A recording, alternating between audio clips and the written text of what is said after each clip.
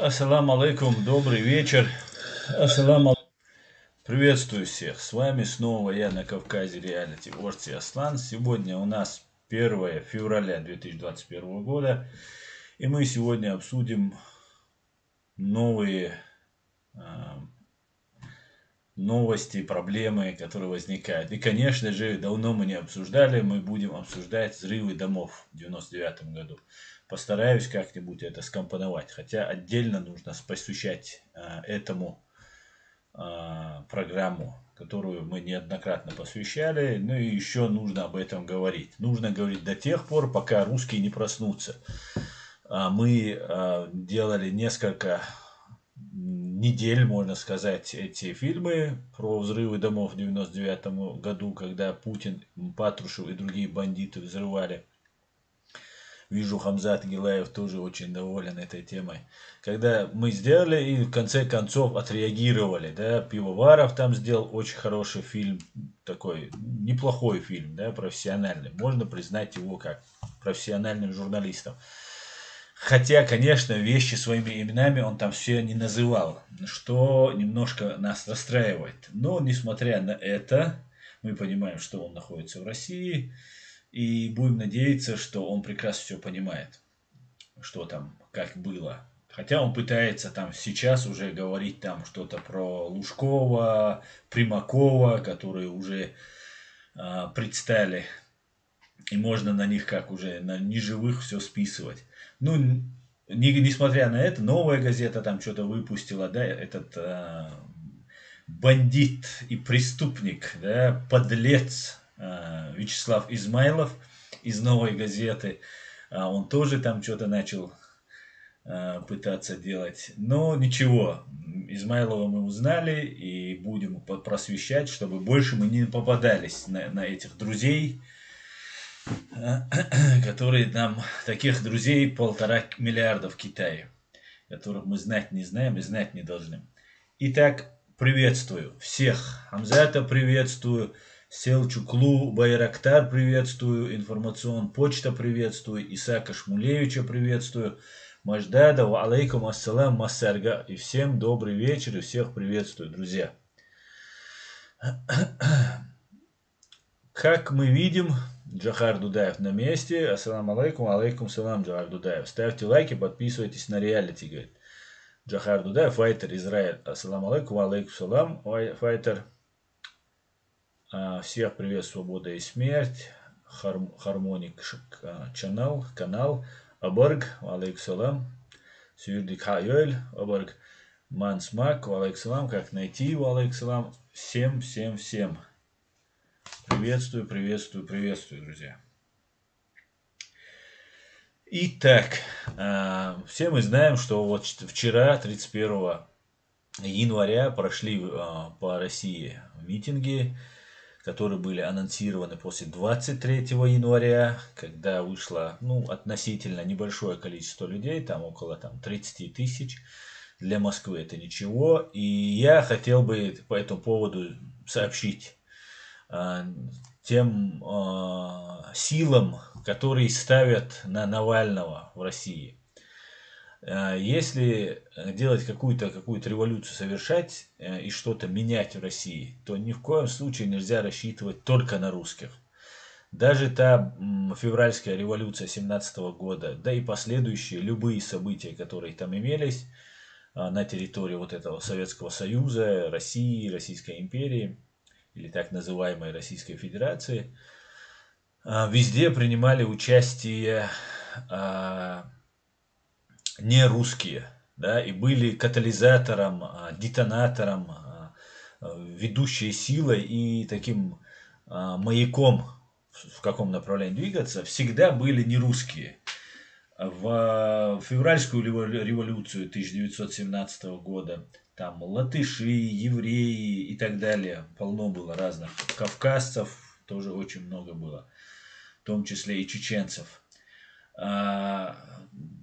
Во время 91 году, когда была новая переформация вот этого совка, то же самое, в том числе и чеченцы принимали участие. Но прошло время, евреи разъехались, у них свой Израиль есть.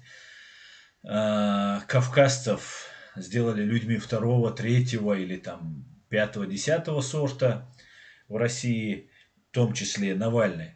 И вот тем силам я хотел бы обратиться, которые ставят на Навального. Вы видели, при такой поддержке, да, Меркель его там посетила в этой больнице, да, самим не смешно вам, точнее, вам самим не стыдно, у вас вообще стыд вообще какой-нибудь присутствует.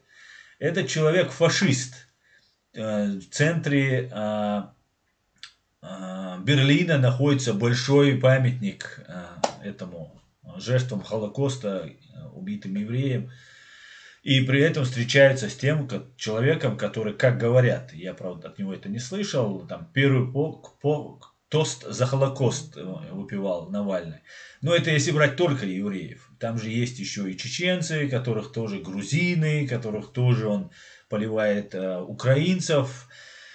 И так далее, да, там сравнивает с тараканами, с насекомыми, с грызунами, и так далее, и так далее, и так далее. И вот, несмотря на такую поддержку, несмотря на то, что его отравили, там весь мир говорил, 100 миллионов посмотрели фильм про дворец Путина, отличная реклама, кстати, этому дворцу Путина, теперь Путин там сможет спокойно жить и хвастаться своим домом, да, ну царь как-никак России и всея Руси. Так вот, несмотря на это, его начали поддерживать. При всем при этом я не знаю, кто кем управляет. Хвост виляет собака или собака виляет хвостом. Тут уже не разберешь, как говорится. Не поймешь, кто тут чем заинтересован, какие цели люди преследуют. Ну, какие-то, наверное, цели есть. Так вот, я бы хотел бы сообщить, что вас обманывают, как обманул вас Путин, как предал вас, имеется в виду Запад и демократические ценности, как предал Ельцин, и снова предадут. А когда вас будут предавать, или до того, как вас предадут, у вас будет какое-то время, вы сможете опять выкачивать их нефть и газ, там продавать им какие-нибудь машины и так далее, компьютеры. Тем временем нас будут убивать. Мы за то, чтобы вы зарабатывали деньги, торговали с Россией, но мы против того, чтобы нас убивали, чтобы нас лишали прав. Мы хотим иметь такие же права, которые имеют все люди в этой Европе.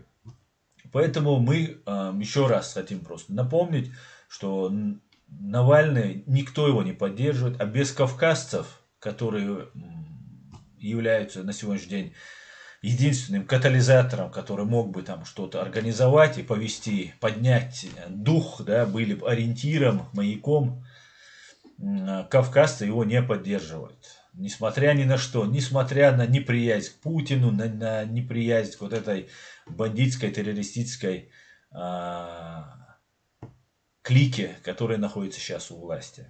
Более того, несмотря на все это, Навальный говорит то, что Путин вор. Мы не согласны, что он вор. В России все воры. Понимаете? Быть в России вором — это вообще не преступление. Преступление, если вас поймают, это удаль, это хороший, умный склад ума, там, я не знаю, это такая способность человека выживать, там, такой пробивной. Это все о воровстве. Воровство в России — это в порядке вещей. И любой человек, который говорит, что вот там недоволен золотым ёршиком, дворцом нано-террориста Путина, он просто завидует ему. Да? Если бы он оказался на его месте, он сделал бы то же самое. И вот самое главное, что сделал Путин и банда ФСБ, ГРУ, там РОШ или там другие банды, которые существуют. Вот несмотря на все это, Навальный не говорит об убийствах, о массовых убийствах, о терроризме, о отравлениях, ну и так далее. Даже несмотря на то, что его отравили, он об этом не говорит. Он не говорит это убийство. Да? Есть такая статья «Убийство», 105 в Российском уголовном кодексе. Так вот, если это, она применяется к преступнику, даже в случае того, что если жертва не погибла, по независящим обстоятельствам от исполнителя. То есть там применяется статья 30 Уголовного кодекса и потом выходит на 105. И также меняется полноценное убийство человека. Так вот, даже несмотря на то, что, ну как говорят, я в это, конечно, не верю, и можно меня записать в какие-нибудь там конспирологи, но несмотря на это, я просто знаю систему, я знаю систему изнутри, я знаю, как там, что можно, что нельзя. Там уже давным-давно есть негласные правила, что можно, что нельзя. И, допустим, есть какая-то договоренность у Навального и группы спецслужб, которая курирует Навального. В этом нет ни малейшего сомнения, что такая группа лиц имеется вокруг Навального. Иначе бы он не вернулся бы, иначе бы он столько лет не занимался бы своей деятельностью. А я считаю человеком его Путина. Несмотря на это, там есть какая-то договоренность с Западом и так далее, и так далее. Так вот, при всем при этом Навального фактически убили. В соответствии с Уголовным кодексом России он является как бы человек, совершивший против него вот это покушение на убийство. Он совершил убийство, так как Навальный, как говорят, чудом выжил. И при всем при этом Навальный не говорит о взрывах, о убийстве, да, о убийстве хотя бы самого себя. Ну это же, мы все это понимаем, мы все это видим. И нас второй раз уже нельзя обмануть. С Ельцином обманули, с Путиным обманули, там уже 3-й раз или 10-й раз. Хотя кого-то можно, как мы видим. Но не всех. Не всех. И когда есть какие-то критическая масса думающих, а она есть, Сотник, Стамахин, ну там еще можно перечислять и перечислять людей, которые на самом деле являются мозгом или там мозгом или совестью русской нации. И, ну, можно и нас, людей, которые находятся в информационном поле России, тоже отнести к какой-то части, там, к мозгу России, так как мы анализируем, да, про события, происходящие там, ну и как бы распространяем эту нашу мысль, этот анализ в русском информационном поле. Поэтому, несмотря на это, Навальный это не тот человек, который вам нужен. Ну, я знаю людей, и этот человек сам о себе заявил. И еще есть люди, не только Скобов, да, но есть еще другие люди. Я бы хотел бы зачитать вам, у меня на канале это тоже имеется, но я бы хотел бы вам зачитать пост в Фейсбуке Александра Скобова. Александр Скобов – это петербургский историк, публицист, бывший советский политзаключенный. Вызван был 27 января 14:00 ФСБ. И вот что он пишет об этом. О вызове ФСБ, адвокате и всем. И всем. Официальное заявление. 27 января к 14 часам я вызван в ФСБ для дачи объяснений. По какому поводу мне не сообщили. А я пытаться выяснить этого представителя ФСБ не стал. Есть у меня правило не задавать им вопросов. Как-то я на их вопросы отвечать не собираюсь. Требовать при этом, чтобы они отвечали на мои как-то не очень воспитанно. Да и вряд ли они могли сообщить мне что-то для меня важное. Я уверен, что вызов касается моих публичных высказываний. Идет речь о статьях, опубликованных в интернет-газетах или просто о репликах в Фейсбуке, мне без разницы. Многие мои друзья, в том числе связанные с правозащитными организациями, предлагают мне помочь найти адвоката. В этой связи хочу сообщить следующее. Я не признаю существующую в России власть законной. Я подписываюсь под каждым словом Александра Скобова. Я не признаю существующую в России власть законной. Она уничтожила возможности для нормальной, цивилизованной политической борьбы, превратила в посмешище выборы и суд, растоптала элементарные правовые нормы. Поэтому я не собираюсь подчиняться ее законам, попирающим принципы свободы собраний и свободы слова. Нет такого репрессивно-запретительного закона путинской эпохи, который я бы не нарушил осознанно и систематически много лет в десятках и сотнях своих статей. Я публично приравниваю сталинский режим к гитлеровскому. Я публично оправдываю многих людей, которые путинские законы публично оправдывать запрещают, в том числе и тех, кто воевал против советской или российской армии, а некоторые из них даже одобряю. Я требую безусловного возвращения Украине аннексированного Крыма и признания полной государственной независимости Чеченской Республики. Я выступаю против сохранения территориальной целостности России за ее конфедерализацию с правом свободного выхода любого субъекта. Кроме того, я утверждаю, что лично Путин является убийцей и военным преступником, прямо виновным в массовой гибели людей в ходе развязанных им многочисленных агрессивных войн, начиная с чеченской. Я также утверждаю, что он лжец и подлец, как и его судья, выносящий решения по политическим делам. Я также признаю право на восстание против тирании, коей путинский режим безусловно является. Я также признаю право на тираноубийство. Я не собираюсь играть с государством бандитского Петербурга в кошки-мышки и доказывать, что мои высказывания неверно интерпретируют. Нет, вы правильно меня поняли. Моя задача – показать антиправовой характер не интерпретации существующих законов путинской охранкой и путинским Шемякинским судом, а антиправовой характер самих этих законов. Я вообще не собираюсь спорить с этим государством в его правовом поле. Я не собираюсь защищаться, я собираюсь нападать. Мои действия – это обращение к другим призыв также не подчиняться антиправовым законам. Убежден, что эти законы нельзя более лучше интерпретировать, их можно только сломать массовым неповиновением. В этом я давно и серьезно расхожусь со значительной частью правозащитного сообщества. Я понимаю, что не так просто найти адвоката, который взялся бы отстаивать такую линию.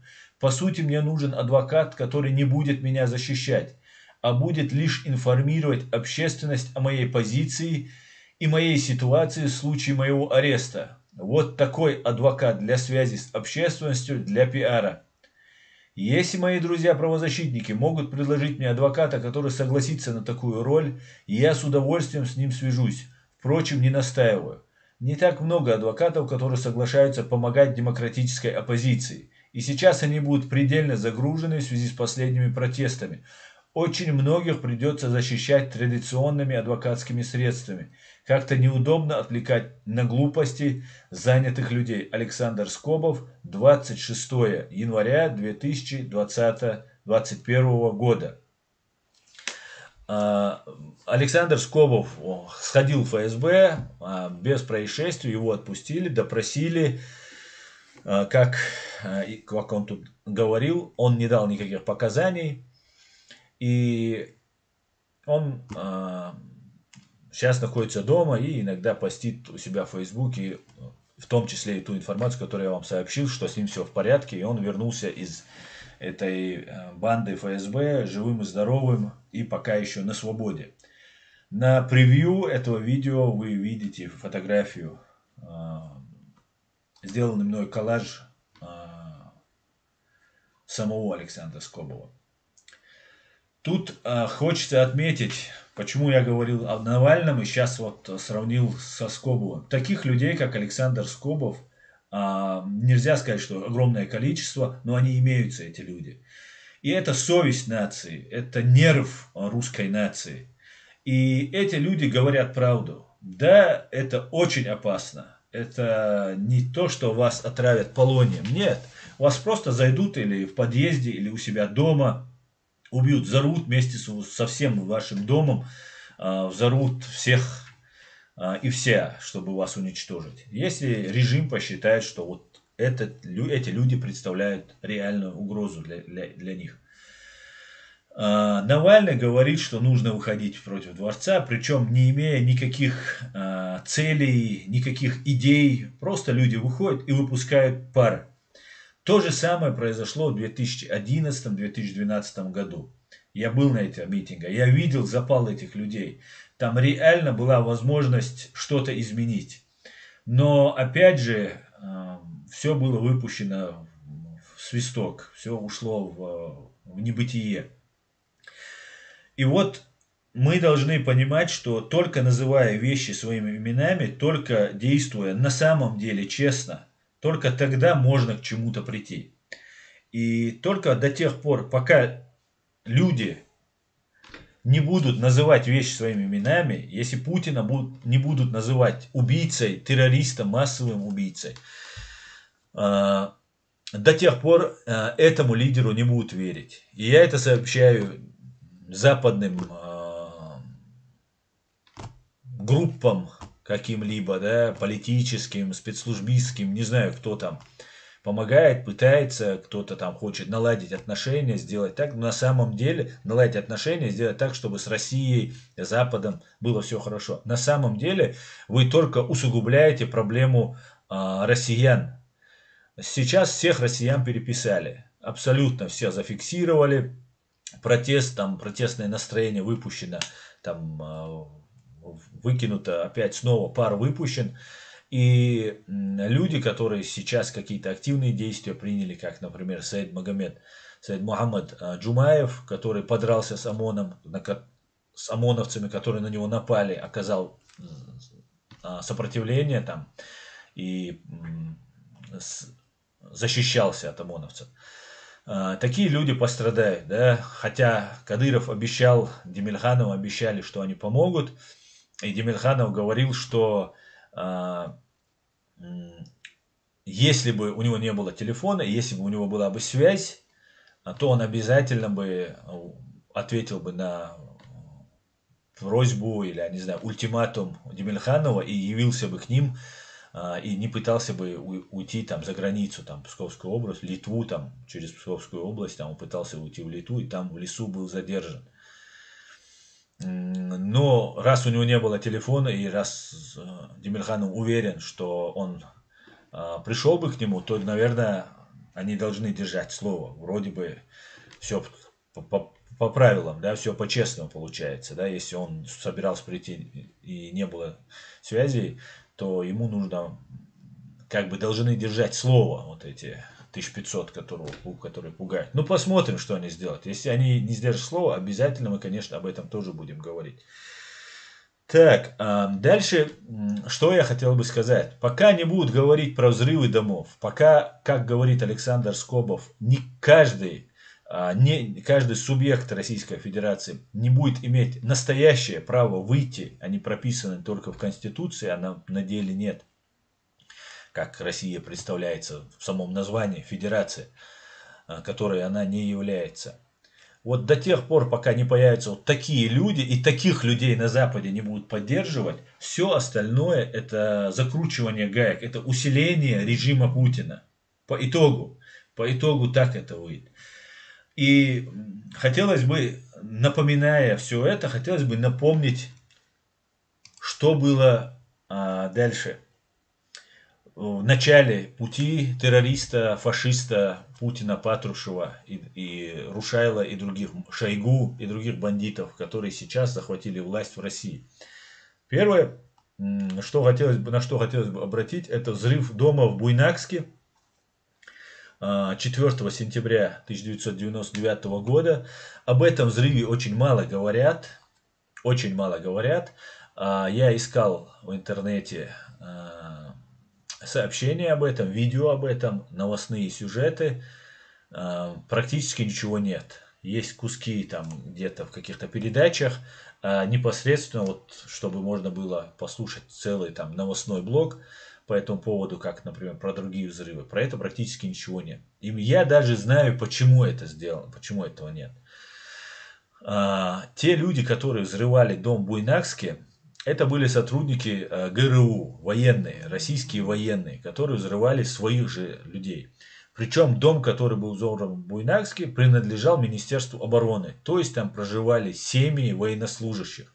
То есть террористы из ГРУ взрывали своих коллег, своих военных. И наши правоохранительные органы или специальные службы, которые тоже являются правоохранительными органами, задержали тех людей, или одного, двоих, троих, я точно не помню, и есть видеозапись есть свидетельство, есть видеозапись. Почему-то эта видеозапись пока не опубликована. Не знаю, где она. Если она у кого-то есть, я прошу всех опубликовать ее, у кого она имеется. И был допрос. Допрос этих людей. На этом допросе эти люди конкретно рассказывают, что они взрывали дома, дом в Буйнакске, для того, чтобы связать спасательную операцию Шамиля Басаева с взрывами домов. Да? В Буйнакске, как мы знаем, первый, для того, чтобы связать с этой спасательной операцией, дом был взорван в Буйнакске. Потом для большего резонанса и для нагнетания истерии среди общественного мнения, и чтобы журналисты западные, которые проживают в Москве, узнали об этом. Было взорвано 2 дома. По всей видимости, еще один дом должен был быть взорван, как сообщает об этом Михаил Трепашкин, бывший ФСБшник и адвокат одной из женщины, потерпевшей, у которой мать погибла в одном из домов в Москве после взрыва дома в Москве. Потом, для ажиотажа были взорваны 2 дома в Москве. Затем был взорван дом в Волгодонске, как мы об этом уже обсуждали, для того, чтобы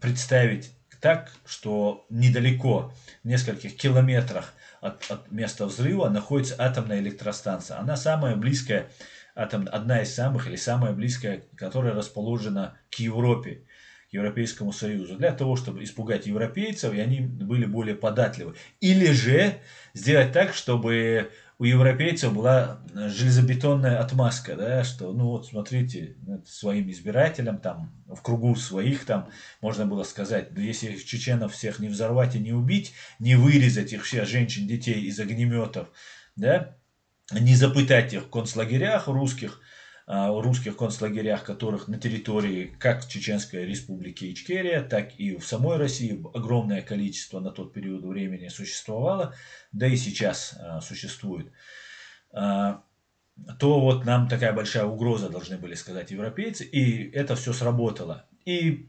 4-й дом, который должен был быть взорван, вернее уже 5-й дом, Буйнакский, 2 в Москве, 1 в Волгодонске, и 5-й дом в Рязани.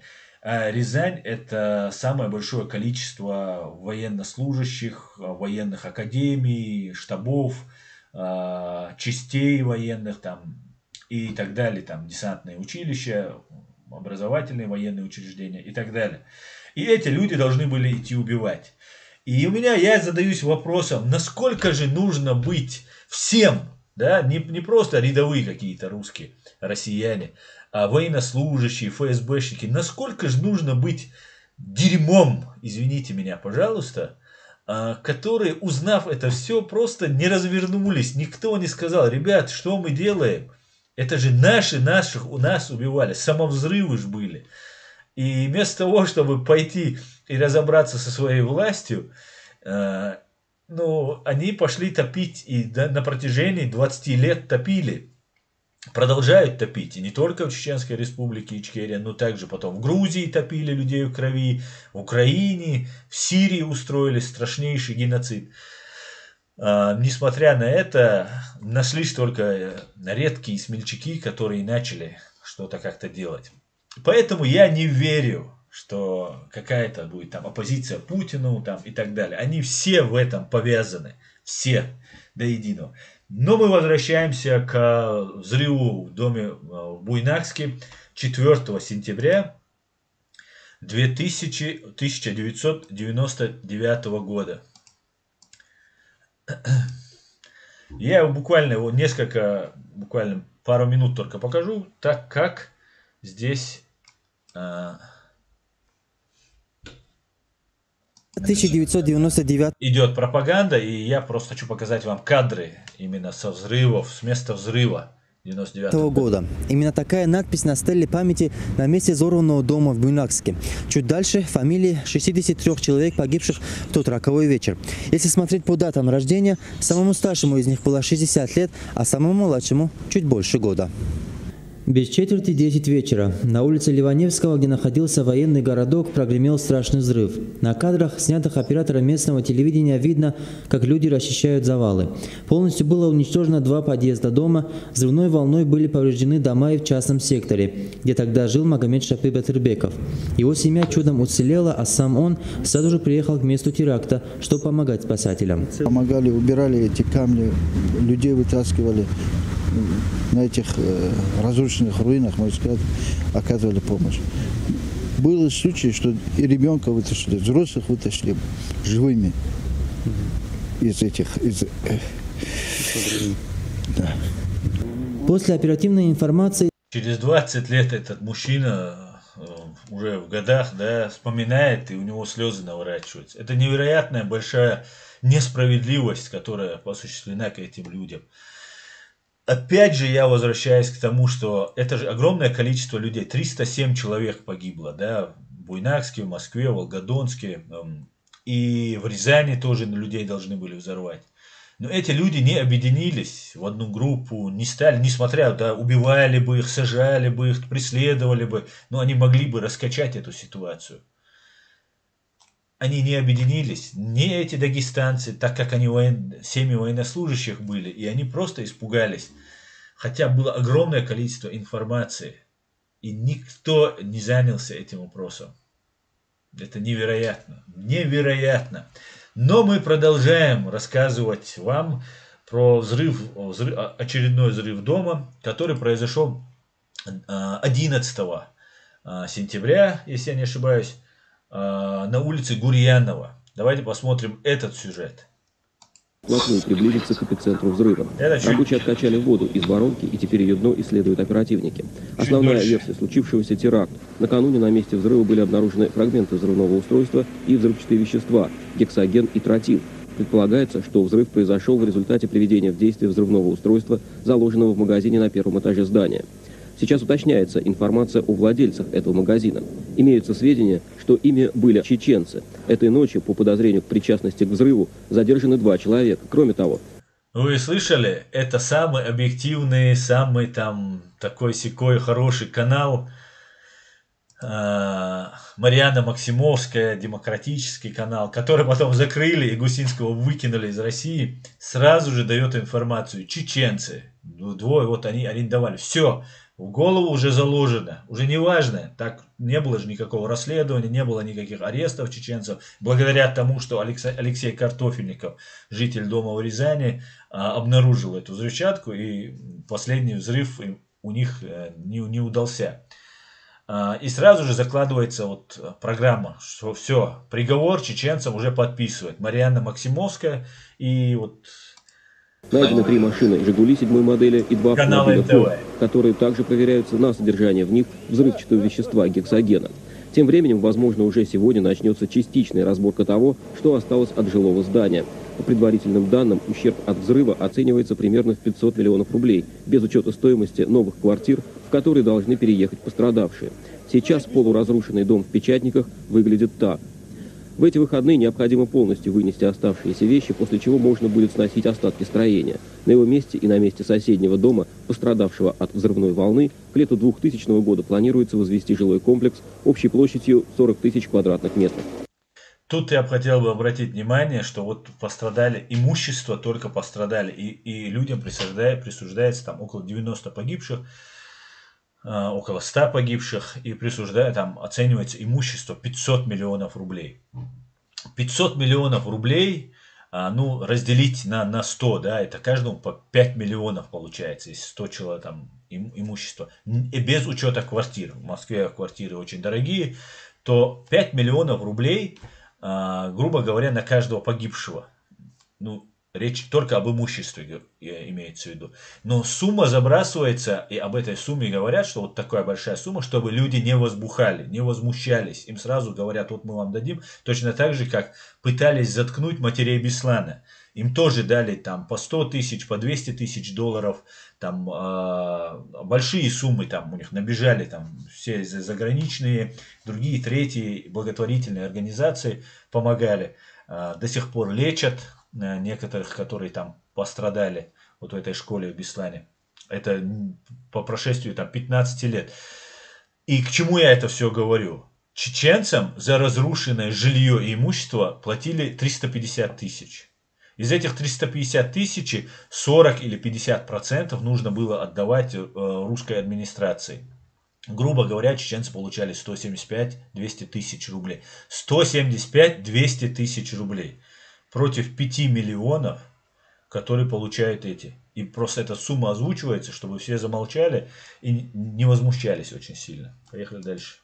Николай Долгополов, телекомпания НТВ. Сегодня в Москве Интерфаксу подтвердили факт задержания 2 подозреваемых в причастности к взрыву, пока они задержаны в соответствии. Этих чеченцев уже задержали. И вот Марьяна Максимовская только что прозвучало, что 2 чеченцев. Вот они уже задержаны. Все, чеченцы, ФСБ работает, все задержаны, милиция, полиция работает. С законом на 3 суток, но никаких подробностей в ФСБ пока не сообщают. Сегодня ночью в Москве несли усиленное дежурство более 600 сотрудников милиции. Резко участились как сообщения от граждан о подозрительных предметах, так и анонимные сообщения о заложенных бомбах. В Москве нашли еще тела погибших, и, очевидно, этот список будет еще расти. Репортаж Андрея Антонова. К сегодняшнему дню работы по зачистке обломков у дома номер 19 и 17 практически завершены. В настоящий момент экскаваторы расчищают подвал, где находился злополучный склад с лакокрасочными материалами. К этому моменту жители пострадавших домов сконцентрированы у кинотеатра «Тула», где размещен временный штаб для оказания помощи потерпевшим. По данным Федеральной службы безопасности, сегодня утром из-под обломков были извлечены еще 4 мертвых тела, 3 женщин и 1 мужчины. Всего за время расчистки завалов их было обнаружено 92. Фрагменты неопознанных человеческих останков занимают 4 пластиковых мешка.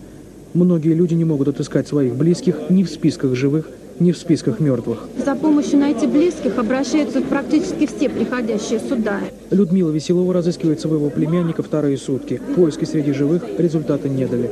Остались морги. Вот он один был. Пришел с работы, и вот так, что произошло у нас. Вы 2 сутки разыскиваете уже? Да, мы вчера и вот сегодня. Сейчас моя дочка еще по моргам ездит. А я уже не в состоянии, я сама падаю. И сестра с этой матери. Маленький Алеша Кузнецов за несколько часов до взрыва уехал в гости к бабушке по отцовской линии в другой район. Его родители находятся на даче в Орехово-Зуево и, похоже, ничего не знают о случившемся. В загородном доме нет ни радио, ни телевизора. В их квартире в доме номер 19 оставалась лишь бабушка по материнской линии. В штабе сообщили, что она может находиться в гостинице «Шахтер».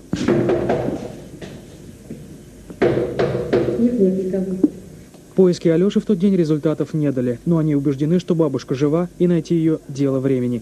На 1-м этаже гостиницы – столовая для пострадавших. Надежда Головлева живет здесь со своими детьми уже 3 сутки. Ждут ордера на жилье. За 15 минут до взрыва Надежда проводила мужа на работу и уложила дочерей спать. Когда произошел взрыв, Даша, Яна и Надежда выскочили на лестничную клетку. Но лестничного пролета на обычном месте не было. У нас вообще нет лестницы. Некуда нам было выбегать. То есть как? Ну, упала лестница вниз. Как же вы выбирали? Через балкон помогли. Уцелевшим при взрыве людям выдают ордера на новые квартиры. У тех, кто разыскивает близких, есть слабая надежда, что, получив ордер, их родственник просто уехал на новое место жительства. Кто хочет на балкон приезжать смотровой на Митина, проходите. Власти Москвы стараются обеспечить людей всем необходимым – одеждой, продуктами, обувью. Как заявили в префектуре Юго-Восточного округа, каждый пострадавший получит 75 тысяч рублей в качестве компенсации за утерю имущества. Все, кто оказался после взрыва в лечебном стационаре, кроме того, получат по 10 тысяч рублей на лечение. Родственникам погибших также выплатят по 10 тысяч рублей. Организация похорон будет целиком осуществлена за счет средств города. Что касается дома номер 19, то монтажники уже приступили к его разборке. Андрей Антонов, Елизавета Листова, Алексей Кременецкий и Алексей Ермилов, НТВ, Москва. Сегодня в Москве прошли первые похороны погибших во время взрыва в доме на улице Гурьянова, тех, кого уже смогли опознать. Сегодня хоронили семью Агеевых, Александра, Елену и их сына Ивана. Мальчику было 1,5 года. А Елена Агеева работала врачом в 68-й больнице, одной из тех больниц, куда привозили и пострадавших во время взрыва.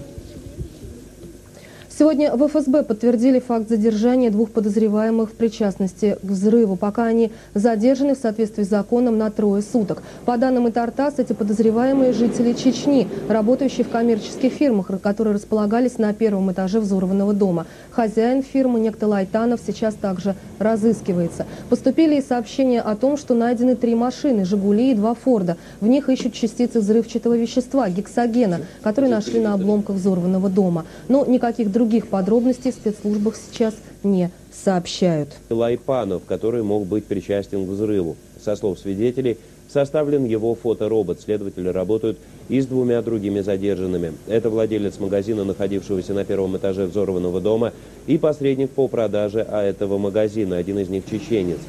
Между тем, московские власти уже заканчивают распределение квартир семьям пострадавших. Из 370 ордеров осталось выдать всего 20.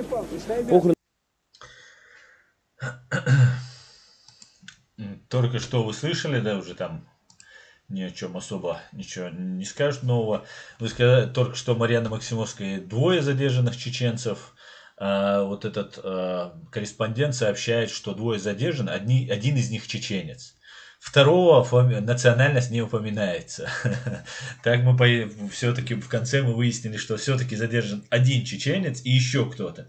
Но русский он, папуас он или кто-либо другой об этом почему-то не сообщает. Странно, почему же такой объективный канал НТВ не сообщил нам вот это все.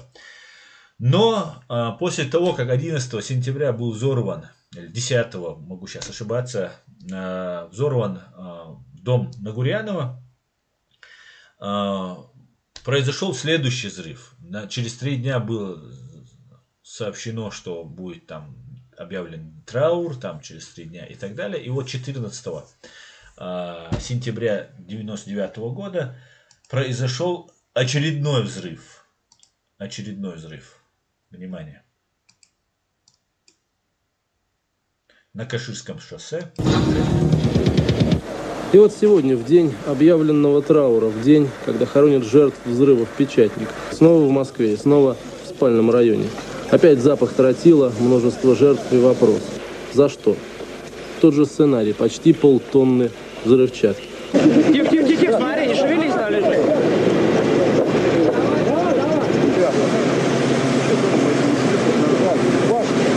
Наверное, надо гидравлику разворачивать.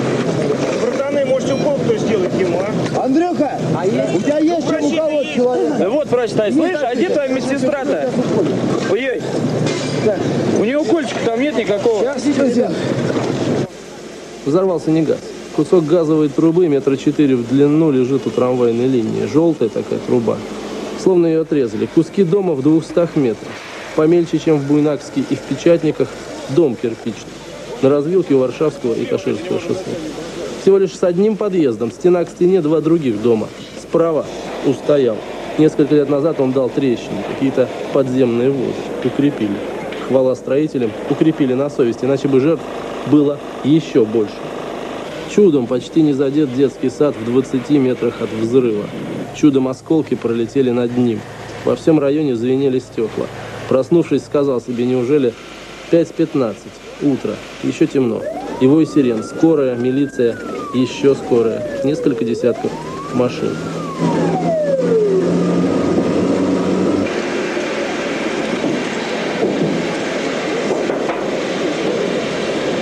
Твой он, нет?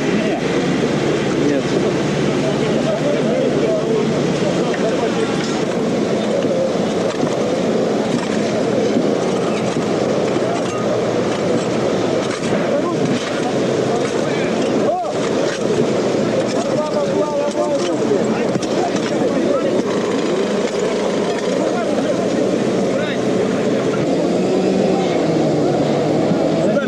Сюда мешок. А, здесь.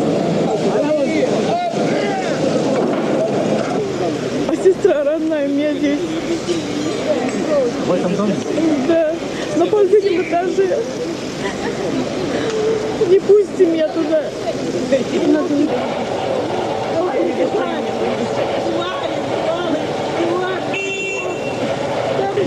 Прошу.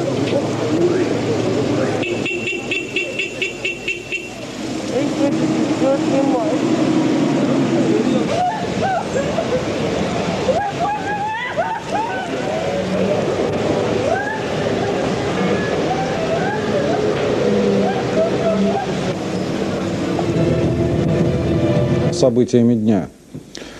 По последним данным, количество погибших в результате взрыва на Каширском шоссе достигло 119 человек, среди них 12 детей. Сейчас с нами на прямую связь снова вышел наш корреспондент Павел Пчелкин, который находится на месте трагедии. Павел, здравствуйте. Здравствуйте, Игорь.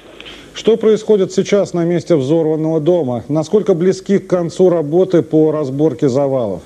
Вот мы только что разговаривали здесь сейчас с полковником МЧС.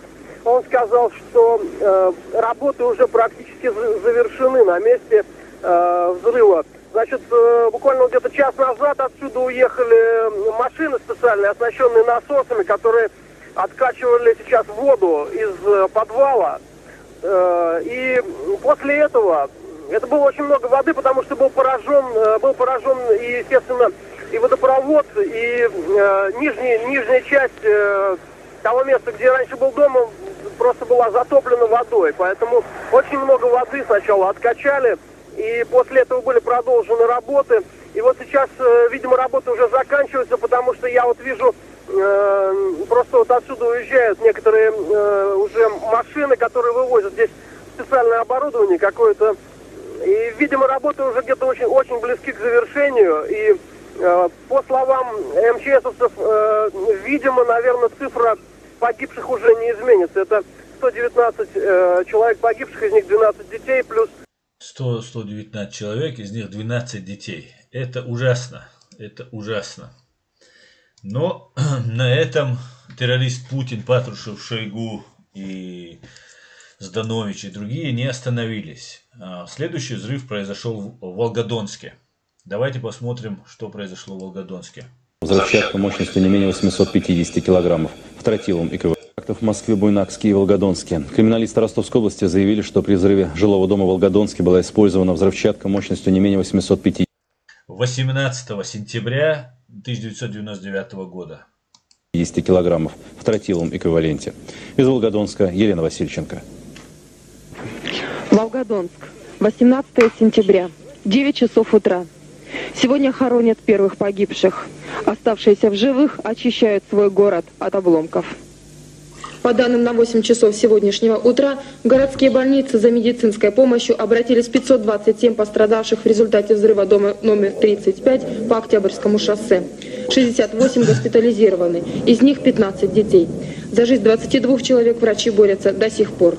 Это было что-то невообразимое, потому что везли больных, которые были очень тяжелые, очень много было черепно-мозговых травм, и все они, конечно, в шоковом состоянии. Они тоже все испытали ужас, как и мы, которые смотрели на них. Это было просто ужасно. У вас вся семья пострадала? Нет, вот Леночка с Данилочкой вообще целенькие, потому что они были в дальней той спальне, и на диване диван поломался. Они оказались на полу, может быть, поэтому они... Хотя шифонер потом упал на этот диван. Это был последний террористический акт, самовзрывы русских своих же домов для того, чтобы напасть на нас, на чеченцев. И именно об этом не говорит, не сообщает, не говорит Навальный. И если не говорят об этом, то не верят русские, ладно, чеченцы, да русские не верят, потому что русские тоже знают. И фильм Пивоварова на его канале «Редакция» собрал 3,5 миллиона просмотров, хотя у него там около миллиона бывает обычно в среднем просмотров. И по комментариям просто было видно, что русские все прекрасно знают. Об этом я снимал, я показывал у себя в программе, делал отдельную по этому поводу. Но давайте дальше разовьем события, как дальше происходили события. После того, как произошел взрыв, последний взрыв в Волгодонске, затем была попытка взрыва дома в Рязани. 22 сентября была заложена очередная бомба, мешки со взрывателем. И 23-го они были обнаружены.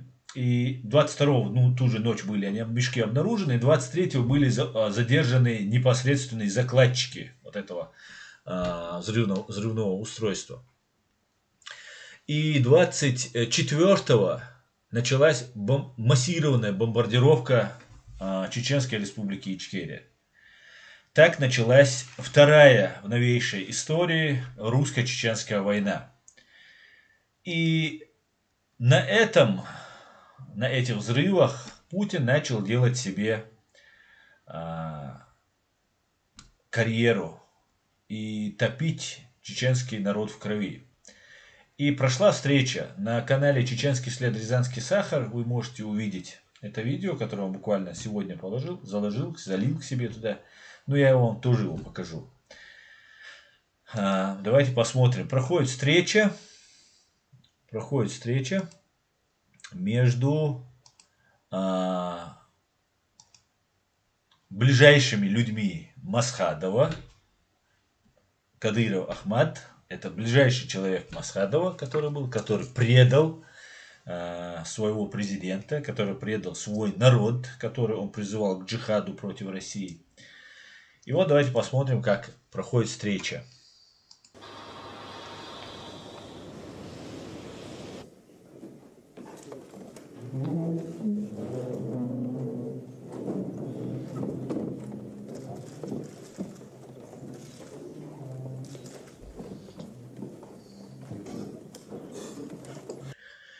Вот эти все люди, которых вы видите на экране, там в основном, конечно, и чеченцы есть, и не только в основном, но это основные предатели, которые вот сейчас будут, встретившись с русским президентом, будут вместе с русскими, которые на протяжении 400 лет топят в крови чеченский народ, зная, что Путин взорвал свои же дома, чтобы нас в этом обвинить, пришли делить пирог, плоть чеченского народа и кровь. Вот это два человека, если вы их видите. Вот этот человек, его зовут Руслан Емадаев. Вот это Ахмад Кадыров, предатель века. Хотя оба предатели века. Этот человек был убит Кадыровым Рамзаном, его людьми точнее, в Москве. Перед Белым домом на набережной. Вот этого взорвали свои же, как говорят. Ну, передел власти. Я считаю, что вот этот взорвал вот этого, а потом сын этого убил потом Руслана Емадаева. Но это моя версия. Давайте дальше смотреть.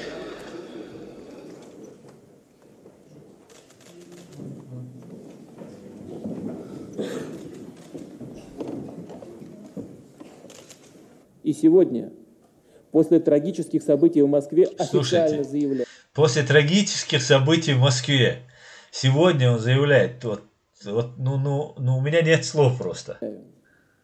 Те, кто выбирают Масхадова, выбирают войну. Да. Все эти люди, где бы они ни находились, на территории России или за ее пределами, будут рассматриваться нами как пособники террористов. Причем Масхадов вообще никакого отношения не имеет, даже они не обвиняли Масхадова.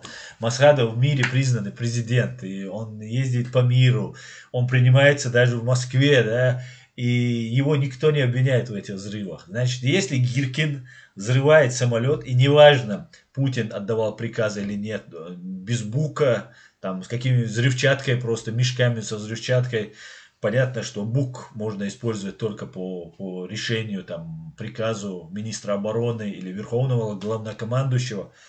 Здесь мешками вообще просто. Любой русский совершает теракт. Например, здесь в Германии русский террорист взорвал футбольную команду Дортмунд-Боруссия. Мы можем обвинить Путина, что он террорист. По его логике получается так. Даже если бы это были чеченцы. Хотя он сам взорвал и называет Масхадова чеченцем. И вот эти люди, которые тут сидят, это хуже этого Путина люди. Вот при всем при том, что Путин есть, вот может быть ли хуже люди, чем Путин? Вот эти люди, они хуже Путина.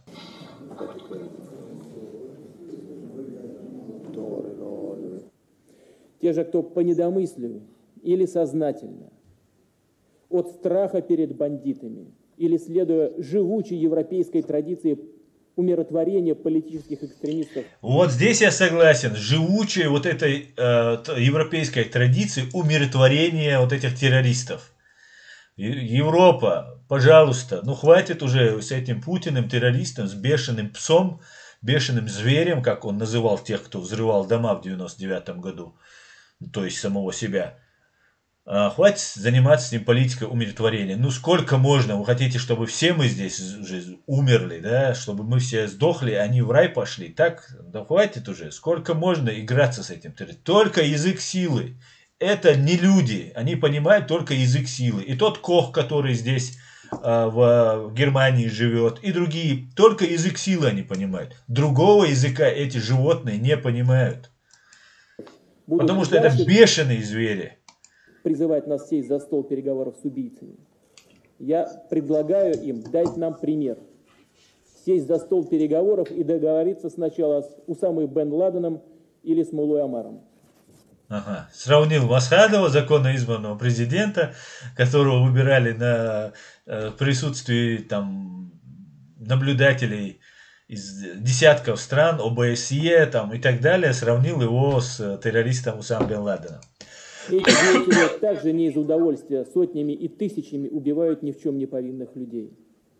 Они тоже выдвигают политические требования. Вот он сидит. А вон рядом сидит Аслаханов, советник, так называемый советник Путина. Ну, тоже предатель чеченского народа. Но это хотя бы, надо честно признаться, Аслаханов, ну, как выбрал путь своего предательства, ну, как пошел в эту советскую милицию, вот с тех пор вера и правда им служит. Обрусел, правда, полностью, но и семейка обрусела, ну, ничего, зато, по крайней мере, ну, стоит на своем. А не как Кадыров, который призывает то к джихаду, то потом перепрыгивает туда, ну, короче, ну, далеко ему еще до Кадырова. Мы не против урегулирования спорных вопросов политическими средствами. Мы за. Однако хочу одновременно сказать, для нас террористы и их пособники отдельно, а политический процесс отдельно. Здесь стоит отметить, что только что законно избранный президент Масхадов был вот этим террористом и бешеным зверем назван террористом. И тут он заявляет, мы не против диалога, мы собираемся вести диалог, но не с террористами, то есть не с законной властью, а вот с Кадыровым и с другими вот этими мерзавцами, которых он собрал. Это агентура КГБ, ФСБ, которую он вокруг себя собрал. Значит, он не общается с законным президентом. Ну, короче говоря, захватим чужую территорию, чужую страну, поставим туда своих людей и все, и вот с ними мы будем разговаривать. Ну, вот что сказал Путин. И вот я бы хотел спросить у своих зрителей, вот этого человека вы знаете, вот этот в белой тюбетейке, который сидит? Вот, увидите, вот получше видно эту фотографию. Вы его знаете? Я этого человека видел в офисе у Алауди Мусаева. Есть такой адвокат, его сын тоже адвокат. Вот у него, это его друг, по-моему, они там очень мило беседовали. Вот это является его товарищем. Кто, как зовут этого человека? Может кто мне сказать?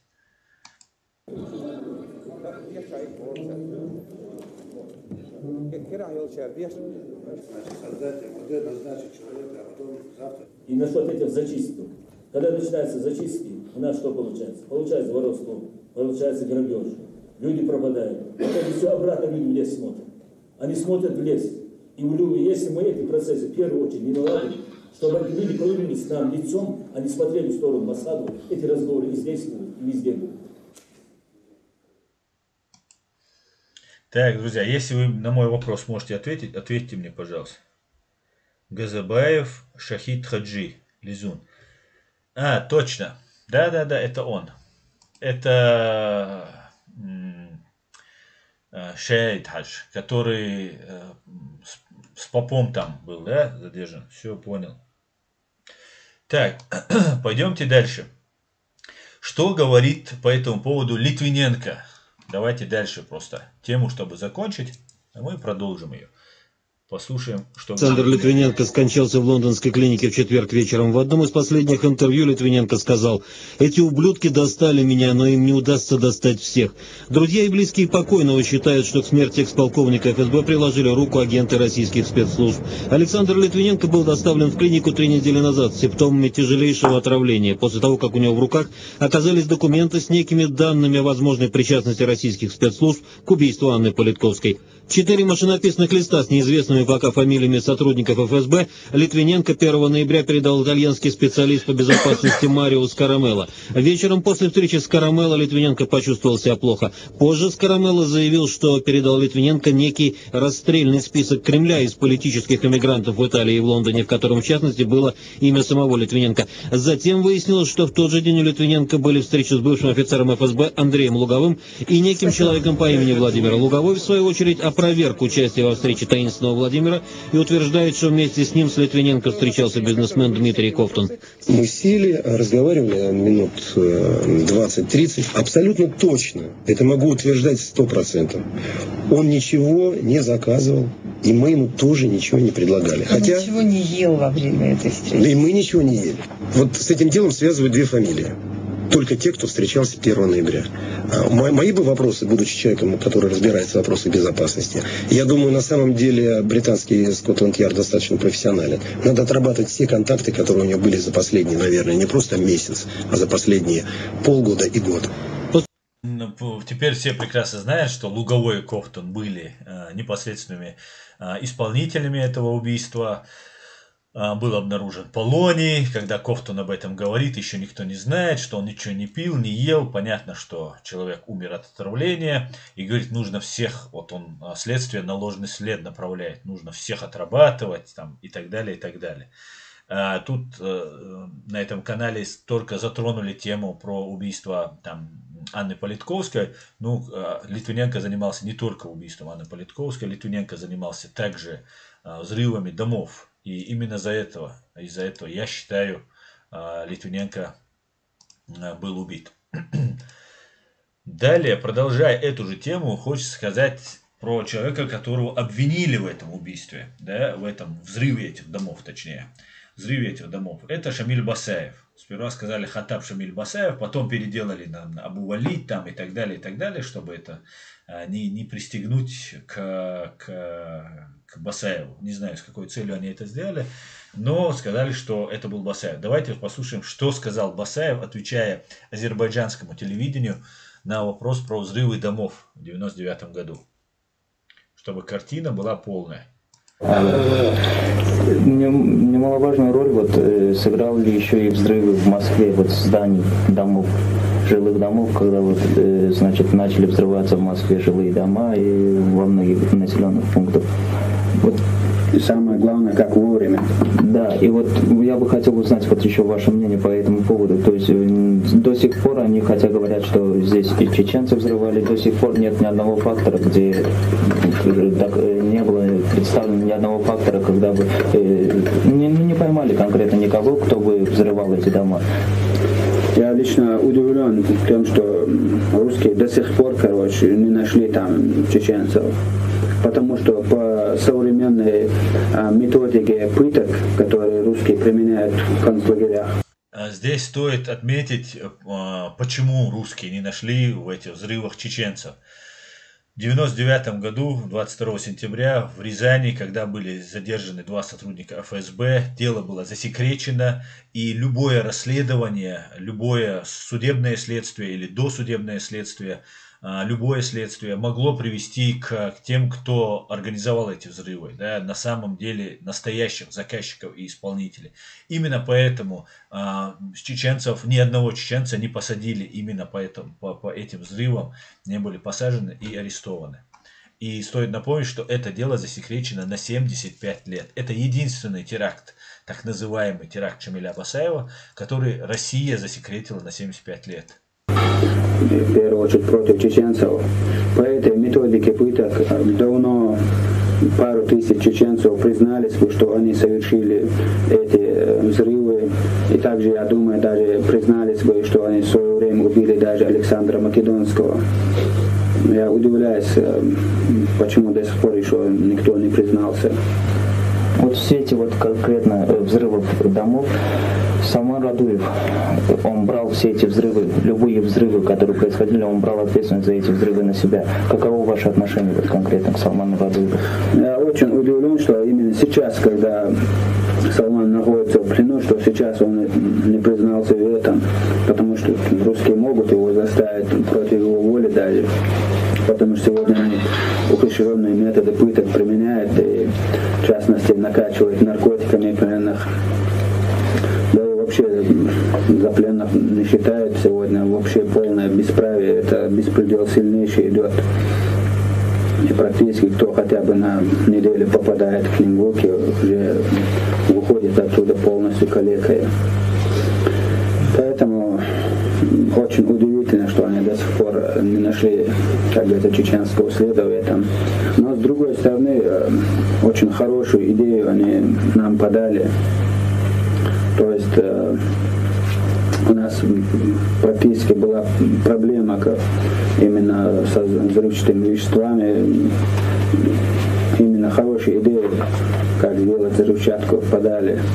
А так, тот же гексоген или любой вид взрывчатки, как сделать сегодня в интернете, только ленивый не найдет, везде все есть. А для нас тем более особых проблем нету, чем возиться с минеральным удобрением. Нам лучше по республике, у нас море боеприпасов, есть даже многотонные бомбы, которые просто... И завершая нашу программу именно про взрывы домов в 1999 году, хотел бы вам показать видео выступления Ахмеда Закаева в Вильнюсе в декабре 2017 году. Ахмед Закаев говорит как раз про эти самые взрывы. Минутку внимания. Конечно, самое страшное становление Путина у руля и его приход к власти. Вот началось все оттуда. Последующие и российские независимые журналисты, и эксперты, и комиссия, государственная комиссия по расследованию, независимая комиссия по расследованию этих взрывов установили, что за этими терактами, за взрывом домов стояли российские спецслужбы ФСБ. А кто руководил тогда за 3 месяца до этих взрывов ФСБ? Только Путин. Естественно, все, кто говорили и были связаны каким-то образом с этим расследованием, они погибли.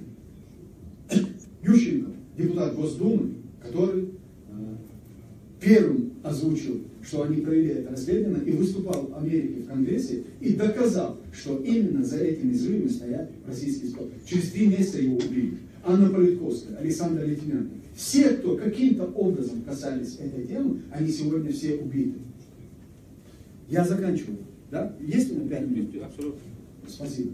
Я знаю, что эти вопросы интересуют людей, поэтому мне хотелось бы, пользуясь возможностью, немного ответить на это. И это все происходит на фоне того негатива, который сегодня создают в лице чеченцев. Мне это очень важно немного хотя бы дать пояснение. То есть взрывы домов. Начало было заложено там. И сегодня уже ни у кого нет сомнений в том, что за этими взрывами домов в Москве, в Буйнакске, в Волгодонске стояли российские спецслужбы. Это уже доказанный факт, но он еще не признанный и не озвученный. И я уверяю вас, чеченцы установят нормальные отношения с Россией. Мы установим нормальные, мы обязаны установить нормальные отношения. Но мы ничего не забыли. Да, мы будем требовать создания международного трибунала по военным преступлениям. Если кто-то считает, что мы избегаем этого, я первый, который приду на этот трибунал и могу ответить на любые вопросы. Я уже прошел 3 судебные европейские инстанции. Меня обвиняют, черт знает в чем, и только в чем меня не обвиняют. Не чуть ли в убийстве организации убийства императора, российского императора. Но все эти обвинения ни в одном из судебных не нашли подтверждения. И я знаю, то, что сегодня говорят о том, что ни в коем случае я далек от того, чтобы идеализировать чеченцев. Но я в то же время категорически против того, чтобы демонизировали всю нацию. Есть криминал, есть преступники, которые должны предстать и понести наказание. И поэтому мы будем добиваться учреждения Международного трибунала.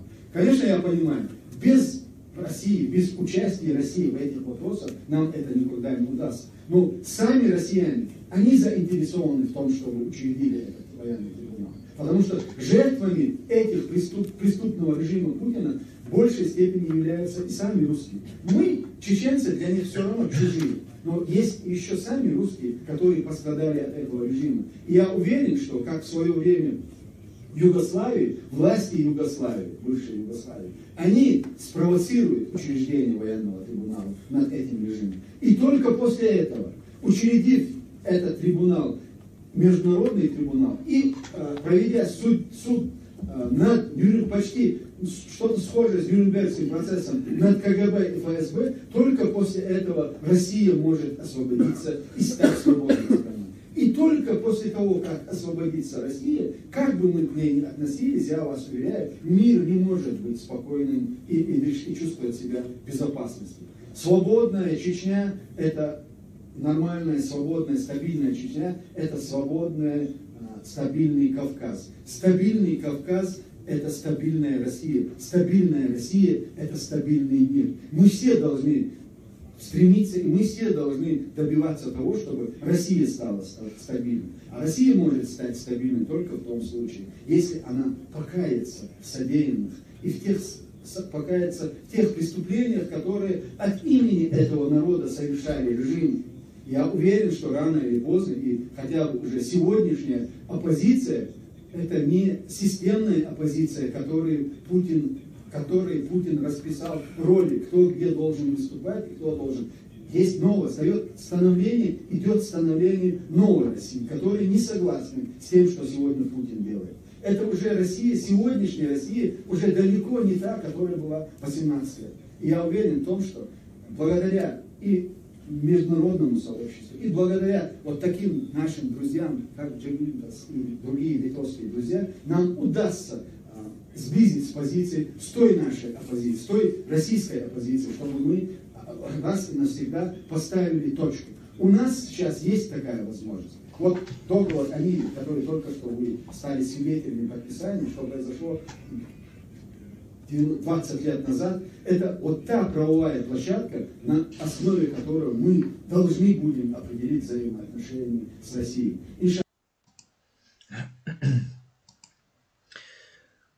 Я бы хотел вам показать другие кадры, которые связаны, и что произошло после того, как началась война против независимой Чеченской Республики Ичкерия. Ну, здесь это займет очень много времени, очень много этих кадров, которые на канале «Чеченский след. Рязанский сахар» вы сможете увидеть. Сейчас, одну минутку, я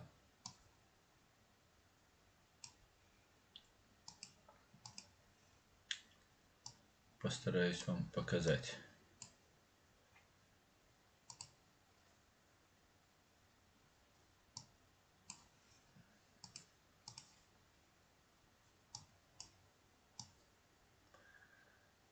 Не все, а часть. Но все показывать это займет очень много времени, и это очень тяжелые кадры, которые тут на экране лучше не показывать, потому что это может привести к страйку, так как контент очень тяжелый. Ну вот одна из то, что творили русские на нашей земле, это убийство 7 Чапановых.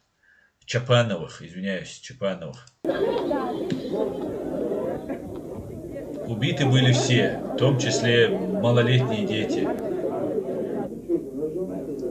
Я просто не могу это все показывать, не хочу вам это показывать.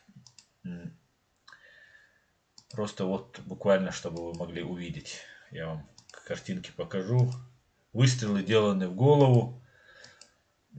Просто зашли, хладнокровно расстреляли людей. Это ужасные кадры, я не могу просто это все смотреть и вам показывать. Вы все это можете увидеть на канале «Чеченский след. Рязанский сахар». Ссылку на этот канал вы можете у меня найти в рекомендованных каналах. У меня на канале это есть. И под этим видео я ссылку на канал «Чеченский след. Рязанский сахар» вам тоже оставлю. Каждый водит, наш говорит. Детям подписывать свои пьяные указы, а наши дети гибнут. Убили. Как на своих детей посмотрим? Сейчас в больнице мать мы не можем, все боимся мать привезти на это дело. Мать в больнице своей матерью сидит, операцию сделали. Они маска пришли сюда. Они на танке приехали? Да, вон оставили танк, да? И пешком пришли сюда. Да. Зашли, свое дело сделали, потихоньку развернулись. А сколько здесь убили? 6 человек убиты, 7-й больнице. Это тоже считаешь. Это, мне кажется, было в первую русско-чеченскую войну. Был стихийный митинг, тогда чеченцы были активные, чеченцы выступали, говорили, отстаивали свои права, в отличие от сегодняшнего дня. И люди очень были этим возмущены, но это было не единственный такой случай. Просто это хладнокровное, просто расстрел, просто спящих людей в кроватках, детей вот это застрелить. Это, конечно, были ужасные кадры. Хотя русские творили такие вещи в каждом населенном пункте. Просто в каждом. Это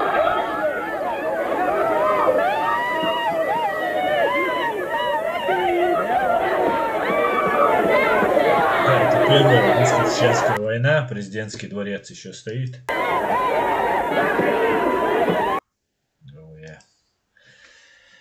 Я не могу смотреть такие кадры, я уже давно не могу такие кадры смотреть. На канале «Чеченский след. Рязанский сахар» вы можете много вот всего этого увидеть, подробно все там описано и рассказано. Единственное, что я хотел бы вам сейчас тут показать, заканчивая вот эту тему, по отношению к ФСБ, МВД, ГРУ и другим мерзавцам, я бы хотел вам показать видео, которое я уже показывал, одного нашего бойца, который разговаривает в августе 96 года, окружив здание ФСБ, террористическая банда ФСБ, которая незаконно находится на нашей территории, и он ведет с ними переговоры о сдаче оружия. Это займет буквально 30 секунд. Минутку внимания. Ни один человек здесь не погиб, они части ушли. Забрал свое табельное оружие, автоматы, пистолеты. Вы уходите также, встречайте. Даю тебе слово, что я свое слово не нарушу. Этот человек просто беспримерной храбрости человек. Один из самых храбрых чеченцев, который был на этой войне. Если ты не веришь, ты можешь что СОБР запросить. У тебя и время есть на это. Встречай. А мы не СОБР, мы ФСБ. Знаешь что? Извини за выражение, но это то же самое, только в другой руке. Это то же самое, вот все вот эти ваши ФСБ, ГРУ, там и все остальные, то же самое. Вот то, что он сказал, полностью подтверждаю. Так, давайте, у нас еще есть 10 минут, поотвечаем на ваши вопросы. Кремль прикрывается, скрывает от суда этих убийц, а русский народ потворствует этому, говорит лунный свет. Хамзат Гилаев, алейкум салам. Исаак Шмулевич, красавец, чеченец, говорит, Маждада, Амел Диашвега, он без лишних тараканов в голове. Так. Вечная память безвинно убитым, говорит Олег Ревин. Амин, амин, Олег.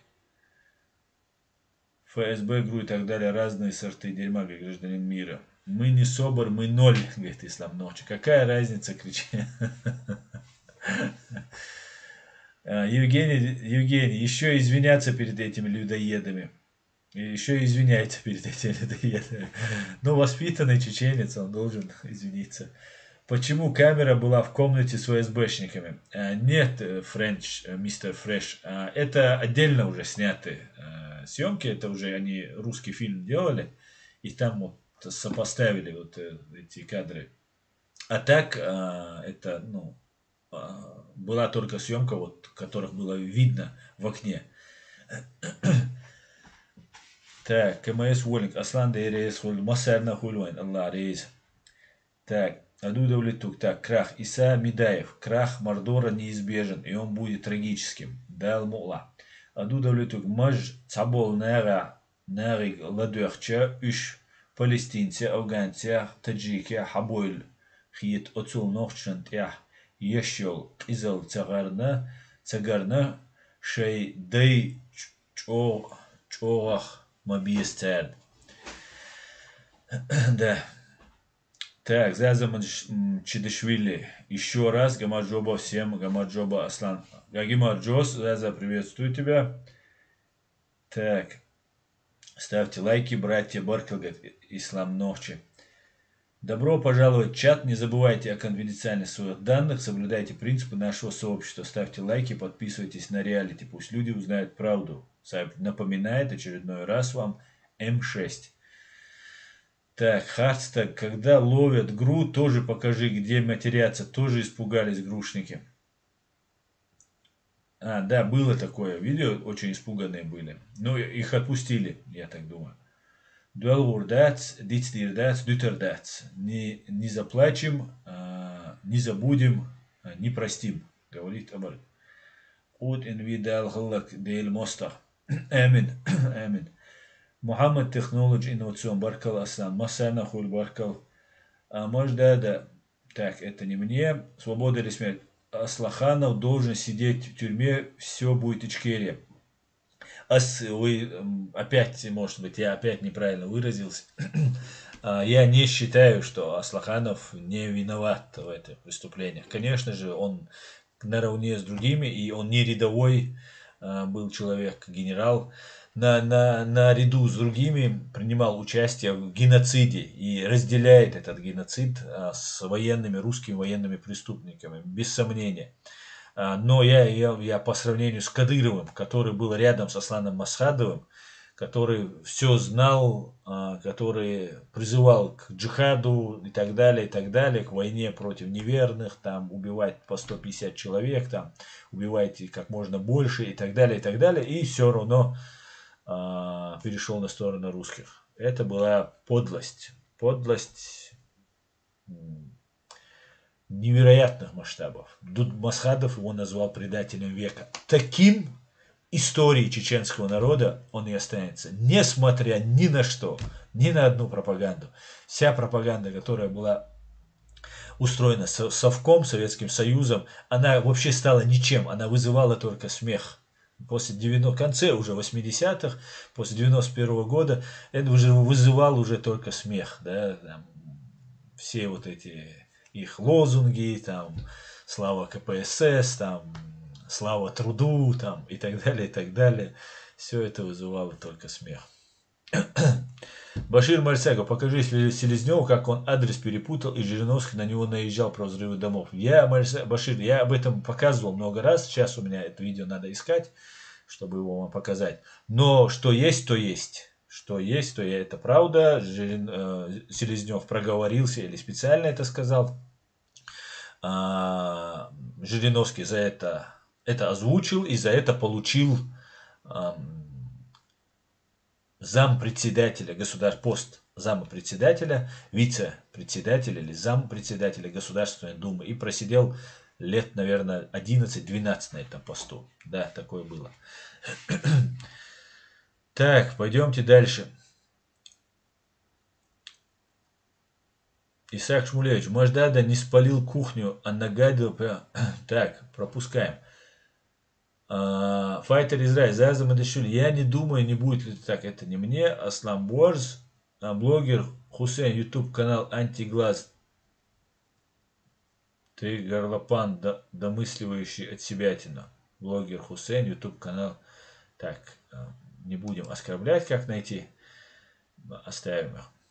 Милуар, новый какой-то, да, появился блогер. Лунный свет. Когда путинские псы убивали тысячи людей других народов, русские не протестовали, а радовались этому. И из-за этого дворца и Навального такой кипиш, надо русским кричать не Путин вор, а Путин убийца. Да, в том-то и дело. Я же, когда вот мы говорим, да, есть такие защитники Путина, ну, Навального, которые говорят, и вот сейчас я тоже читал комментарии, что, да, там нужно, Бартмашев есть такой, да, подозрительный человек, который рассказывает, что ну, русский особый народ, и им нужно, да, если я не ошибаюсь. Если я ошибаюсь, напиши, Бартмашев, правильно я тебя цитирую или нет. Вот сейчас я не буду искать твой комментарий, чтобы его зачитать. Говорит, что ну, русский такой народ, что про убийство не надо, им все равно, голодный, им главное, чтобы это, что там, про там, коррупцию, там, вот, типа того надо говорить, типа они особенные какие-то люди. Но это не так.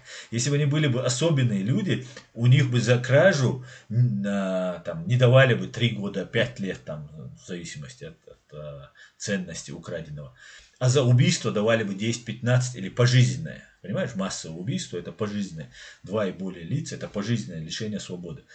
А у них по-другому все это было. Нет, они такие же люди, как и мы. У них убийство, оно намного тягчайшее преступление, чем кража или казнократство. Казнократство это вообще любимое их занятие.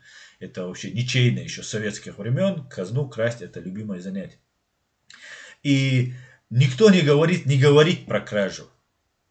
Говорите после слова убийца.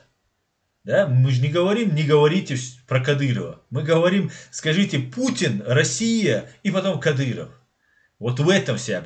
Отводить вот эти вещи, это, ну, это нечестно. За казнократство, что, это удаль.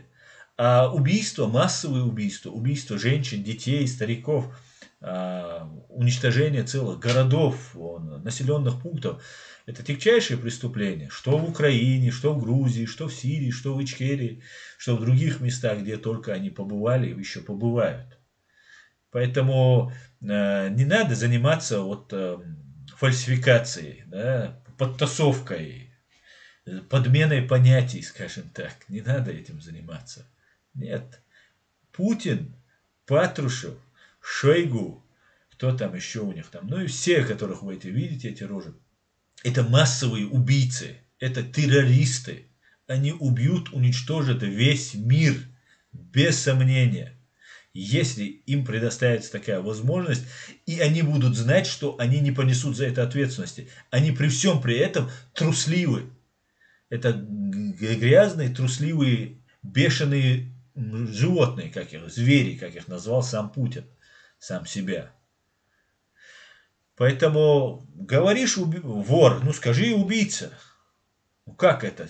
Самое тяжкое преступление. Не произносить, а говорить, у него вор, у него дворец там и так далее.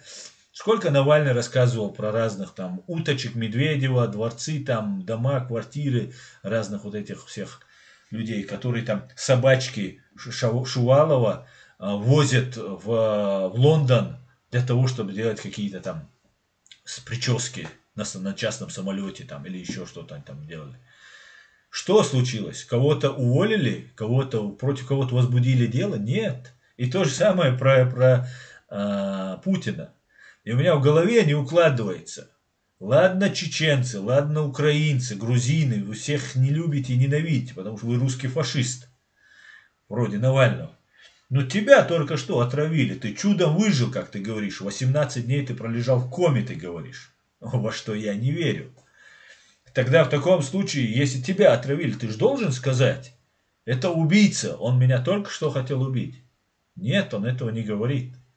Он даже не заявляет, по какому поводу люди должны выйти. Просто выходите, спасайте Лешу.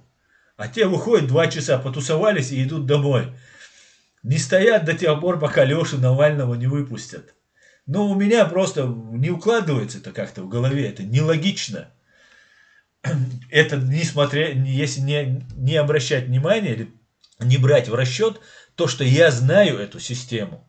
Я прекрасно знаю, мне никто не докажет, что я эту систему не знаю. Я знаю, как они действуют, я знаю, как они убивают. Я эти материалы дела тонны перечитал. Как кого убивали, как все это скрывалось, как это потом замазывалось. Не говоря уже о тех громких делах, которые мы все знаем по телевизору, которые мы видели и слышали. Вот такая вот ситуация. И мы не можем в это поверить. И тем более не нужно. И вот там тем людям, которые поддерживали эти Навального и так далее, я обращаюсь, вот задержаны люди, в том числе чеченец, я и к чеченцам обращаюсь, которые поддерживали, что надо уходить там и так далее. Идите, вот сейчас задержаны люди, вы же призывали, теперь вытаскивайте. Давайте вытаскивайте, нанимайте адвокатов им, и 10 лет им дадут, 5 лет им дадут, там сколько кому не дали, имеется в виду. Посылайте им передачи, вы же поддерживали. Потому что это просто было выявление людей.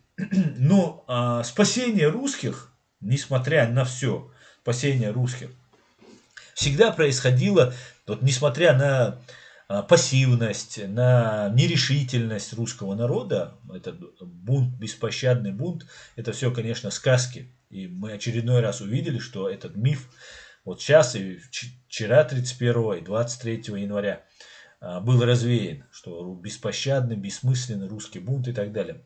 Да, бессмысленный он на этот раз был, никакой беспощадный он не был, если только он не был беспощадный со стороны России, правоохранительных органов. Хотя и то они себя вели еще более-менее по-человечески, по крайней мере, никого не застрелили.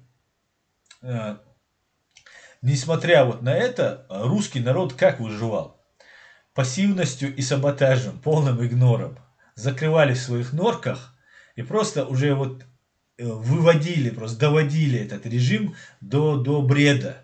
Они уже перестают верить, уже сейчас русские уже не верят. Достаточно уже все. Вот эта пропаганда не работает. Вот это Соловьева, Киселева, вот этот весь бред. Она сейчас работает там на Навального, там уже по Ютубу работает. Потому что Ютуб тоже очень сильно занят вот этими КГБшниками, их людьми. КГБшниками, ГРУшниками и так далее. Они просто вот своей пассивностью, закрывшись там полным саботажем любых действий, доводили этот режим там до разложения полностью. Вот так это происходит. А Путину нужно что? Ему нужны массовые репрессии. Для того, чтобы выйти из международного права, нужно вот сейчас, как Навальный выводит людей, их нужно расстреливать, их нужно массово сажать. Тюрьмы готовы, кадры убивать людей готовы. Это уже давно обкатанный сценарий, что в Чечне, потом в Украине. Эти люди уже, в принципе, все у них имеется. Надо начать массово людей сажать и расстреливать. И тогда Путин запугает свой режим, потому что надвигается старость. А чем ты старее становишься, тем ты понимаешь, что ты слабее. Когда ты слабый, ты, особенно когда на тебе сотни тысяч трупов, а уже если учитывать, что коронавирус – дело рук путинской банды, то уже миллионы жертв на их счету, то они понимают, что слишком много врагов. И чем ты старее, тем тебе нужно вот железобетонное спокойствие вокруг тебя. Ты должен быть уверен, что все будет отлично. Именно поэтому Кадыров пока востребован. Именно поэтому, как только я предложил Кадырову прийти и сдаться американцам, прилетел Золотов и сказал: все нормально, не сдавайся, ты нам нужен и так далее. Поддержал. И дал команду о моем устранении, по моим данным. И вот нужны эти массовые репрессии. Нужен ужас, который они вселили в людей в Чечне.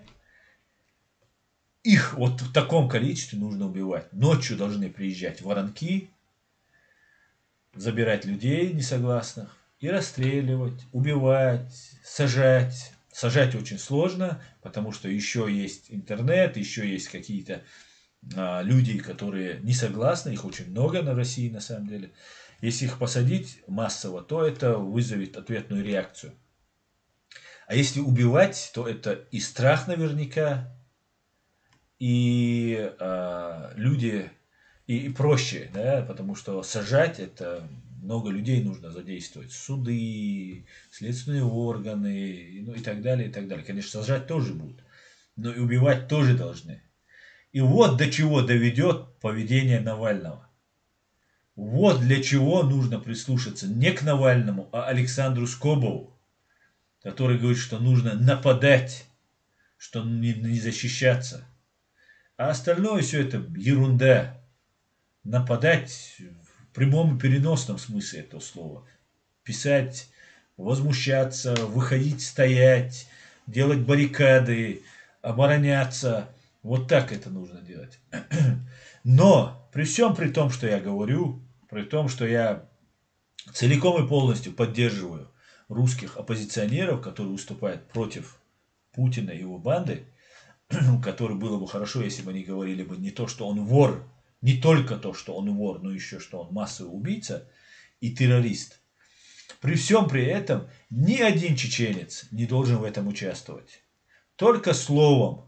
Можно материально, если хотите, помогите финансово, где-то там создавайте информационную поддержку. Но ни один чеченец не должен принимать участие вот в этой революции. Ни один. Потому что нам не дали никаких гарантий, что мы получим свободу. И мы пострадать, как Саид Мухаммад Джумаев, мы не должны. Вот, это очень важно.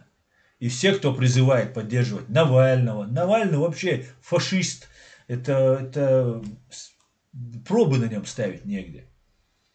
Ни в коем случае нельзя. Ни один чеченец, это не наша революция. Мы поддерживали и в 17 году за красных, и потом за демократов. Чем это закончилось, мы знаем. Чеченцы нейтралитет. Да, морально, можно финансово, материально поддерживаем вот эту революцию. Но когда мы поехали в Вильнюс на форум «Свободной России», эти хотя бы, Каспаровщина, вот это, они, по крайней мере, так и нагло и явно не заявляли, как Навальный, что там отделить, не кормить Кавказ, там и так далее, и так далее. Они нас не захотели выслушать. Ни Ахмеда Закаева, ни Аминат Саиеву, которая там была, ни меня с Дервишевым, не захотели нас выслушать.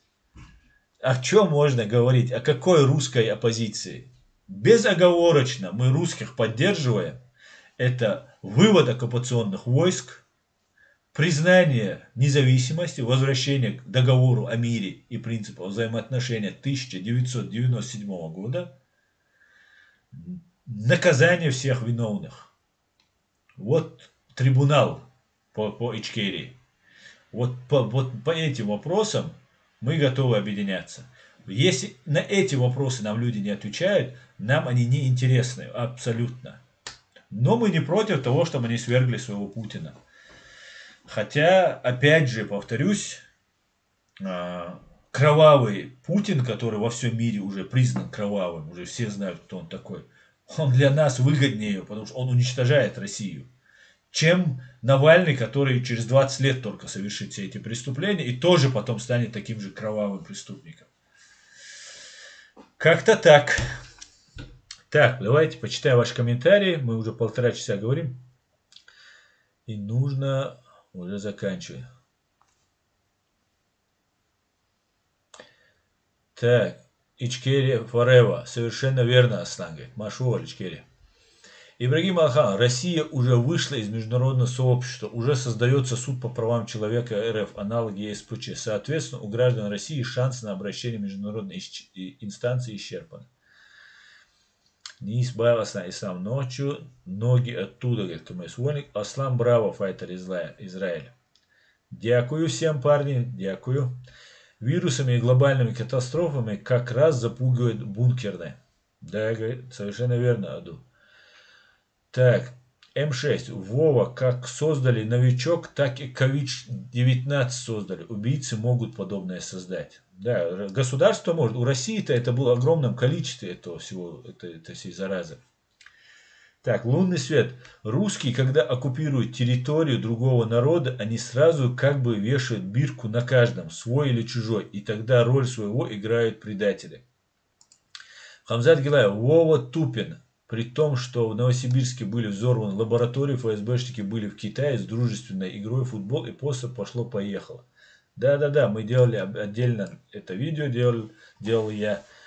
Оно есть, можно будет посмотреть. Если даже будет зачищать, у нас на канале осталось. Именно для этого я, в принципе, пытаюсь сохранить в видеоформате, чтобы у нас сохранялось все. Так как я сохраняю не только в YouTube, но и еще на других носителях.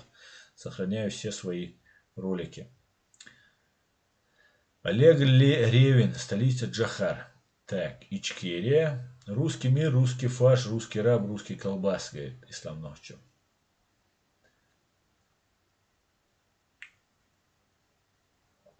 Русский демократ, говорит, ватники вирус. Русский демократ, либерал, который за правду заканчивается на коренных народах, которые геноцид устраивали сотни лет. Да, совершенно верно, ватники вирус. Де Картвелли. Все равно потом нас будут геноцидить. Да, точно. Обарик, зачем нам этот мир, если в нем не будет России, говорит. Слова бледная моли окурка, говорит Обарик. Вова Тупин. Да, новичок СССР создал, когда еще были умные люди. А сейчас нет таких ни людей, ни лабораторий. Они трусов не могут своих создать. США создали, чтобы по Китаю ударить. Вова Тупин. Если СССР создал, то зачем было создавать американцам? Да, новичок, как сообщается, скорее всего, создан американской и китайской лабораторией. Но применили его русские. И применили так, что нельзя сейчас подкопаться к русским. И поэтому их никто не обвиняет. Если их обвинить, нужно предоставить доказательства. Доказательств недостаточно будет. На каждый аргумент у русских уже подготовлен контраргумент. Но возникает другой вопрос.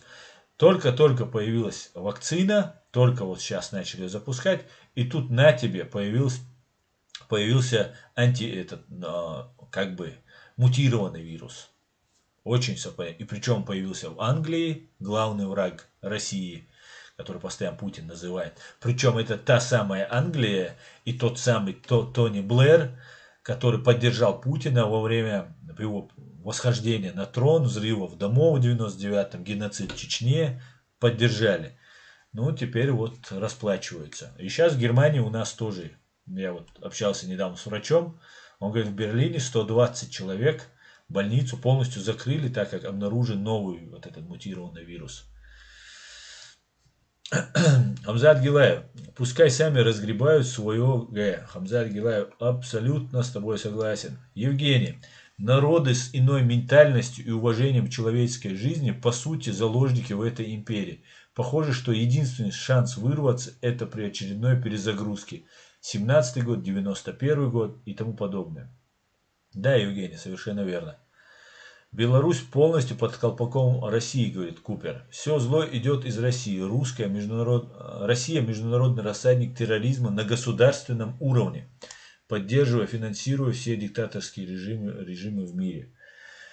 Так, Заза Мчедашвили. Русские это шовинисты, фашисты 80%. Я думаю, ты не прав. Процент намного выше. Как говорит Борис Тамахин, и он там около 98% говорит об этом. А он русский, в отличие от нас с тобой, он лучше знает. Так, на этом, я думаю, сейчас зачитаю Алена Савченко. Аслан правильный, честный, достойный сын Чирии. И мы, украинцы, это очень ценим и уважаем. Спасибо большое, Алена. Спасибо всем, спасибо, что смотрите, спасибо, что поддерживаете. Правду не скрыть, правду мы будем говорить. И какая бы ни была невероятная ложь, мы все равно сможем, да и без нас, правда, сама сможет выбиться и не скрыться. Так как говорится в священном Коране, явилась истина и сгинула ложь. Воистину ложь обречена на погибель. Все будет Ичкерия. Спасибо, что смотрите. Спасибо, что поддерживаете. Спокойной ночи. Адикюэль Маш Оэль.